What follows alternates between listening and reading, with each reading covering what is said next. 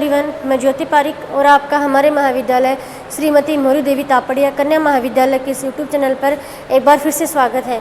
Last video में हम अपने बीए सेकेंड ईयर के मानव भूगोल के अंतर्गत हम नियतिवादी विचारधारा के बारे में पढ़ रहे थे और जिसमें हमने रेडजेट, हम्बोल्ट और ब्लास के विचारों के बारे में हमने पढ़ लिया था।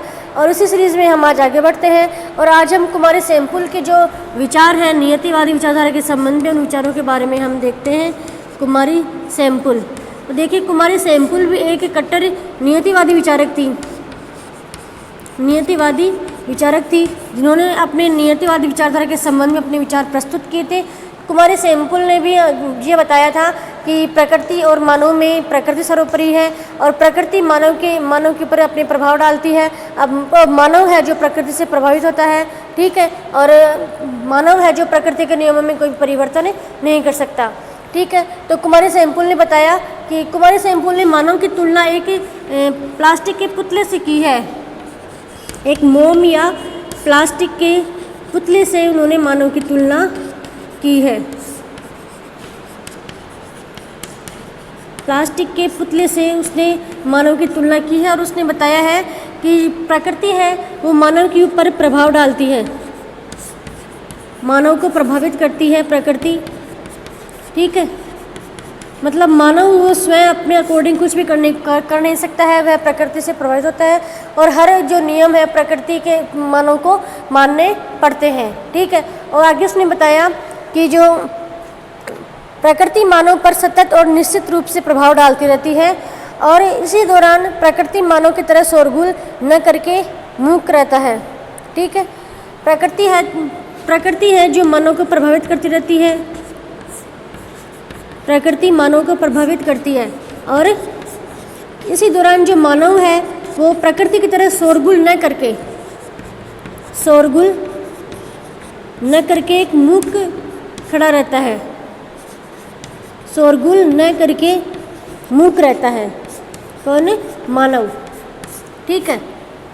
सैंपुल ने बताया कि प्रकृति है वो मानव को प्रभावित करती है, हम उसके जो सभी नियम हैं मानव को मानने पड़ते हैं और जो प्रकृति है वो शोरगुल करती है, लेकिन मानव है जो प्रकृति की तरह शोरगुल न करके अब उसके जो सारे नियम हैं चुपचाप खड़े खड़े उसके नियमों को वह मानता है, उसको नियमों को मानने के लिए वह बाध्य भी है, ठीक है। फिर आगे हम देखें तो कुमारी सैंपुल ने प्रकृति का प्रभाव धार्मिक चिंतन पर भी बताया है, ठीक है। उसने बताया है कि इसके ऊपर धार्मिक चिंतन के ऊपर भी उन्होंने प्रकृति का प्रभाव बताया है। उसने आगे बताया है कि जो भगवान बुद्ध है, भगवान बुद्ध का जो जन्म है हिमालय के पर्वतों में हुआ था, हिमालय के पर्वतपदीय क्षेत्र में हुआ था, जहाँ पे लुम्बिनी में, जहाँ पे कठोर जलवायु थी, जहाँ पे कठोर ठंडी जलवायु पाई जाती है, ऐसे स्थान पर भगवान बुद्ध का जन्म हुआ था। लेकिन उन्होंने क्या किया, उन्होंने उसे संघर्ष करते हुए उसकी वहाँ की उष्णता और आर्द्रता से संघर्ष करते हुए अपने स्वर्ग को ऐसा निर्वाण माना जहाँ की व्यक्तित्व जीवन की सभी क्रियाएं शांत और मृत हो जाती हैं, ठीक है। उन्होंने आगे बताया कि पर्वतवासी भारी वातावरण का प्रभाव नगण्य होने के कारण रूढ़िवादी होते हैं, जिस कारण वह नव प्रवृत्तियों का विरोध करता है, जबकि मैदान में रहने वाले लोग चैन और उत्साही होते हैं। ये उन्होंने मैदानों में रहने वाले लोगों का और पर्वतीय क्षेत्र में रहने वाले लोगों के बीच में अंतर बताया है। फिर आगे सैंपुल ने बताया है कि पर्यावरण के प्रभावों को निम्न 4 भागों में विभक्त किया है। कुमारी सैंपुल ने पर्यावरण के ऊपर पड़ने वाले जो प्रभाव है उन प्रभाव को कुमारी सैंपुल ने 4 भागों में वर्गीकृत किया है। देखते हैं उनसे कौन कौन से वर्गीकरण है। पहला है उनका जो प्रभाव है वो है शारीरिक प्रभाव।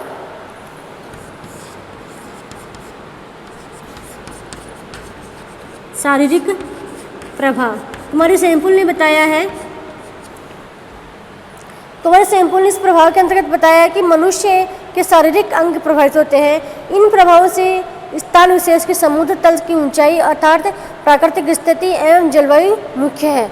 उसने बताया है कि जो शारीरिक प्रभाव है उस प्रभाव से कौन कौन से इसमें मुख्य बताए हैं कि जो मानव है, जो मानव के जो शारीरिक अंग है, मानव के शारीरिक अंग किससे प्रभावित होते हैं? प्राकृतिक वातावरण से, प्राकृतिक वातावरण से प्रभावित होते हैं, जिसमें मुख्य है समुद्र तल से ऊंचाई, समुद्र तल से ऊंचाई और जलवायु मुख्य है। मानव का जो शारीरिक अंग है वो किससे प्रभावित होता है? मुख्य रूप से जलवायु से और समुद्र तल से ऊंचाई से प्रभावित होता है। फिर उन्होंने आगे बताया मानसिक प्रभाव। दूसरा उनका है मानसिक प्रभाव।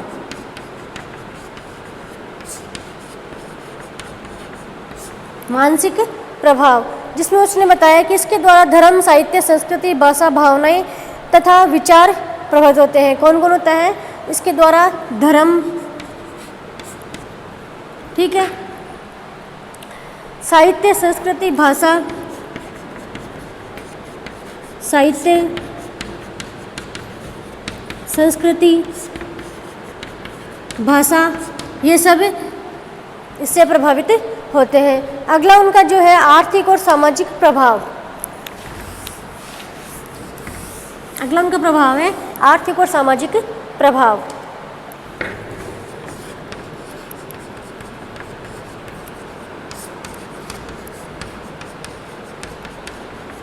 आर्थिक व सामाजिक प्रभाव, इसके अंतर्गत उन्होंने बताया है कि एक ऐसा क्षेत्र जो संपन्न है, आर्थिक रूप से संपन्न है, प्राकृतिक वातावरण संपन्न तथा निर्धनता पर निर्भर करता है। यदि वातावरण में प्राकृतिक संसाधनों की प्रचुरता है तो वहाँ का समाज उन्नत होगा और आर्थिक विकास भी उच्च होगा। ठीक है, आगे उन्होंने बताया है मानवीय गतिविधियों पर प्रभाव।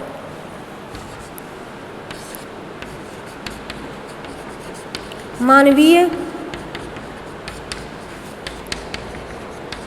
गतिविधियों पर प्रभाव। मानवीय गतिविधियों के ऊपर प्रभाव। फिर कुमारी सैमपुल ने बताया कि जलवायु परिवर्तन का प्रभाव धार्मिक साधनों पर पड़ता है। ठीक है, जिससे मानवीय गति प्रभावित होती है तथा वह स्थान परिवर्तन कर लेता है। इस प्रकार से कुमारी सैमपुल ने पर्यावरण के ऊपर पड़ने वाले 4 प्रभावों को 4 भागों में विभक्त किया है। उसके बाद आगे हम देखें तो अगला विद्वान हमारा है किरचॉफ। फिर हम किरचॉफ के बारे में पढ़ते हैं कि किरचॉफ ने नियतिवाद के संबंध में क्या विचार प्रस्तुत किए हैं। देखिए, किरचॉफ भी एक नियतिवादी विचारक थे। नियतिवादी विचारक थे। इन्होंने भी प्रकृति और मानव को सर्वश्रेष्ठ माना है और इन्होंने बताया है कि प्रकृति है जो मानव को हर तरीके से प्रभावित करती रहती है और अपना प्रभाव प्रकृति के मानव के ऊपर डालती रहती है। ठीक है, फिर उसने अपनी पुस्तक मैन एंड द अर्थ, उनकी पुस्तक थी मैन एंड अर्थ, उनकी पुस्तक का नाम था मैन एंड द अर्थ। उसमें उसने लिखा है कि जंगलों तथा समुद्र तटीय भागों में रहने वाले लोग अनेकेश्वरवादी होते हैं। उसने बताया कि जंगलों में रहने वाले लोग होते हैं अनेकेश्वरवादी। अनेकेश्वरवादी रहते हैं जंगलों और पहाड़ों में रहने वाले लोग अनेकेश्वरवादी रहते हैं। उसके बाद उन्होंने बताया जबकि रेगिस्तानी भाग में रहने वाले लोग होते हैं एकेश्वरवादी। रेगिस्तान में रहने वाले लोग एकेश्वरवादी होते हैं, एकेश्वरवादी। ठीक है, ये उनके नियतिवाद के संबंध में मत थे। उन्होंने अपनी पुस्तक मैन एंड द अर्थ में बताया जंगलों में रहने वाले लोग होते हैं अनेकेश्वरवादी और रेगिस्तानी भाग में रहने वाले जो लोग हैं वो एकेश्वरवादी होते हैं। ठीक है, फिर आगे उन्होंने बताया कि बेसाल्ट के चट्टानों वाले क्षेत्रों के निवासी प्राय अधर्मी और दुस्साहसी होते हैं। बेसाल्ट चट्टानों में रहने वाले लोग कहते हैं अधर्मी और दुस्साहसी। अधर्मी और दुस्साहसी होते हैं कौन से लोग? जो बेसाल्ट चट्टानों वाले जो क्षेत्र होते हैं उनमें जो रहने वाले लोग होते हैं वो अधर्मी और दुस्साहसी होते हैं। ये उनके विचार थे अपने नियतिवाद के संबंध में। उसके आगे हम देखें हंटिंगटन के जो विचार हैं नियतिवाद के संबंध में, क्या विचार है उनके विचार, हंटिंगटन के विचारों के बारे में हम देखते हैं।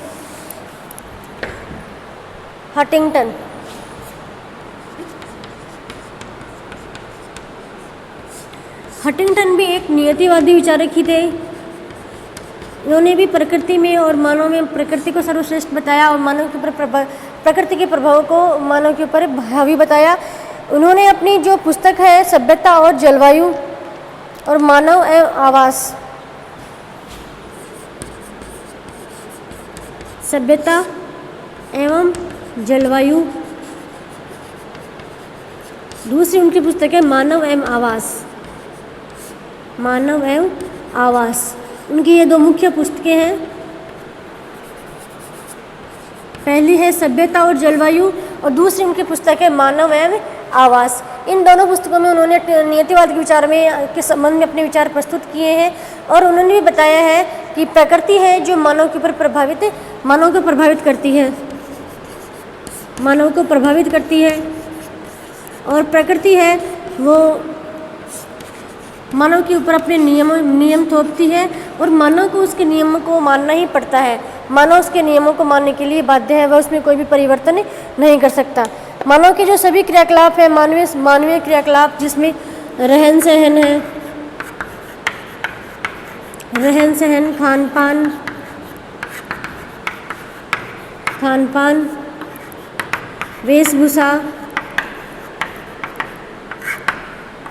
संस्कृति, सभी पर है, सभी मानवीय क्रियाकलापों पर प्रकृति अपना प्रभाव डालती है। ठीक है, इस प्रकार से ये थे हमारे हटिंगटन के विचार नियतिवाद के संबंध में। उसके बाद हम देखते हैं कि नियतिवाद की आलोचना को हम देखते हैं। तो देखिए नियतिवाद का जो विचारधारा है, उस विचारधारा के संबंध में अनेक विद्वानों ने अपने अलग अलग मत प्रस्तुत किए थे। लेकिन 20वीं सदी के अंत तक आते आते 20वीं सदी के प्रारंभ में 20वीं सदी के प्रारंभ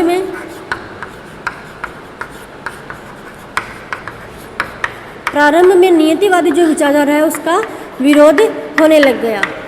ठीक है, 20वीं सदी के प्रारंभ में आते आते नियतिवादी विचारधारा का विरोध होने लग गया और जो अनेक जो विद्वान हैं, जैसे सर्वप्रथम रेटजेल और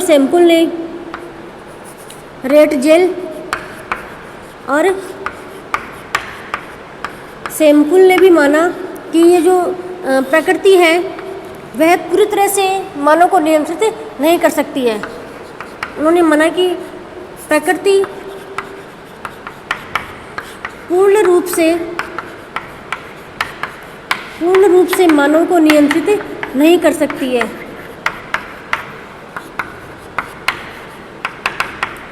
मानव को नियंत्रित नहीं कर सकती है, बल्कि उन्होंने माना कि यह कुछ अपने प्रभाव ही डालती है। प्रकृति है केवल प्रभाव डालती है, केवल प्रभावित करती है, बल्कि नियंत्रित नहीं करती है। कुमारी सैम्पुल और रेटजेल ने 20वीं सदी के प्रारंभ में ये मान लिया कि प्रकृति मानव को पूर्ण रूप से नियंत्रित नहीं करती है, वह नियंत्रित नहीं कर सकती है, केवल प्रभावित करती है, वह केवल अपने प्रभाव डालती है। ठीक है, फिर आगे अनेक विद्वानों ने भी माना कि प्रकृति की जो नियम है वो मानव मानने के लिए बाध्य नहीं है। ठीक है, इसके बारे में अनेक विद्वानों ने अपने अलग अलग मत प्रस्तुत किए थे और आलोचकों ने बताया था कि समान भौगोलिक दशाओं वाले पर्यावरण में मानव की भिन्न भिन्न भूमिका से विभिन्न लक्षणों वाली संस्कृति विकसित होती है। उदाहरण के लिए टुंड्रा प्रदेश की जो समाज है, अनेक जो आलोचक हैं उन आलोचकों ने बताया कि एक ही जो प्रदेश है, एक ही भौगोलिक विशेषता वाला जो क्षेत्र है, एक ही भौगोलिक विशेषता वाले क्षेत्र में अनेक विभिन्नताएं देखने को मिलती है। जैसे जो टुंड्रा प्रदेश है, टुंड्रा प्रदेश से जो जलवायु है जिसमें साइबेरिया,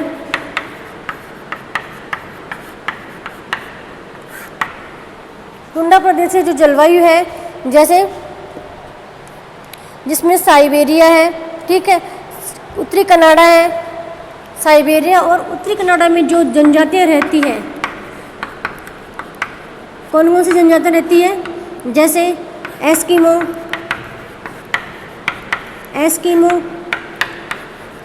चुचकी, सेमाइड, इन जनजातियों में भी आपस में विभिन्नता देखने को मिलती है। मतलब आलोचकों ने बताया कि एक ही भौगोलिक विशेषता वाले प्रदेश में रहने वाले विभिन्न जनजातियों में भी हमें विभिन्नताएं देखने को मिलेगी। जैसे टुंड्रा प्रदेश की जलवायु है जिसमें एस्किमो, चुचके और सेमाइट जो जनजाति रहती है, इन जनजातियों में भी आपस में हमें विभिन्नताएं देखने को मिल जाती है। उनकी रहन सहन में, उनकी संस्कृति में, उनके रीति रिवाज में ये सभी विभिन्नताएं हमें देखने को मिलती है। फिर आगे आलोचकों ने बताया कि जो प्रकृति है उस प्रकृति को मानव उससे केवल प्रभावित होता है, लेकिन प्रकृति है, लेकिन जो मानव है उस मानव ने अपनी बुद्धि और विवेक के आधार पर प्रकृति में कुछ परिवर्तन भी कर लिए हैं। अपनी बुद्धि और विवेक के आधार पर मानव ने बुद्धि व विवेक के आधार पर, विवेक और क्षमता के आधार पर परिवर्तन कर लिए हैं। कुछ परिवर्तन मानव ने किए हैं। जैसे रूसी जो वैज्ञानिक हैं, रूसी वैज्ञानिकों ने क्या किया है, जो उच्च अक्षांश है, उच्च अक्षांशों में गेहूं का उत्पादन किया है। उच्च अक्षांशों में जहाँ की जो जलवायु है बहुत ठंडी होती है, बहुत बर्फीली होती है, उस बर्फीले क्षेत्रों में भी उन्होंने गेहूं का उत्पादन किया है। गेहूं का उत्पादन और कुछ रासायनिक खादों के प्रयोग से उस उत्पादन में वृद्धि भी उन्होंने की है। ठीक है। इस प्रकार से हम सोच भी नहीं सकते हैं कि इतने ठंडे प्रदेश में जहाँ पे गेहूं तो क्या किसी भी चीज़ का उत्पादन नहीं हो सकता, ऐसे क्षेत्रों में रूसी वैज्ञानिकों ने गेहूं का उत्पादन किया है। उसके आगे हम एक उदाहरण और देखें, जैसे हमारा जो थार का मरुस्थल है, राजस्थान का थार का मरुस्थल है, वह बहुत बंजर है, ठीक है, अनुपजाऊ है। उस बंजर और अनुपजाऊ प्रदेश को वैज्ञानिकों ने एक इंदिरा गांधी नहर परियोजना लाकर, इंदिरा गांधी नहर परियोजना को थार के मरुस्थल तक लेके आए और उस बंजर और अनुपजाऊ क्षेत्र को उन्होंने एक हरा भरा और उपजाऊ मैदान बना दिया, हरा भरा और उपजाऊ क्षेत्र बनाया, जिससे आज जहाँ पे पहले किसी भी पेड़ पौधे का, किसी भी फसल का उत्पादन नहीं होता था, वहाँ पर इंदिरा गांधी नहर के आने के बाद बहुत बड़ी मात्रा में फसलों का उत्पादन होता है। विभिन्न फसलों का उत्पादन वहाँ पे किया जाता है और फसलों के उत्पादन में वृद्धि भी होती है। ठीक है, तो ये वैज्ञानिकों का ही परिणाम है, उनके प्रयास और उनकी बुद्धि और विवेक का ही परिणाम है।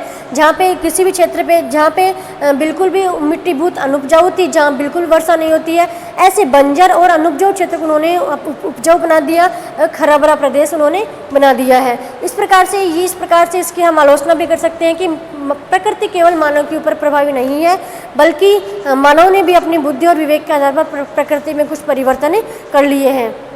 ठीक है, इस प्रकार से आज की वीडियो में हमारा जो टॉपिक था डिटर्मिनिज्म मतलब निश्चयवाद का टॉपिक हमारा यहाँ समाप्त हो रहा है और नेक्स्ट वीडियो में हम संभववाद के बारे में पढ़ेंगे। तब तक के लिए धन्यवाद।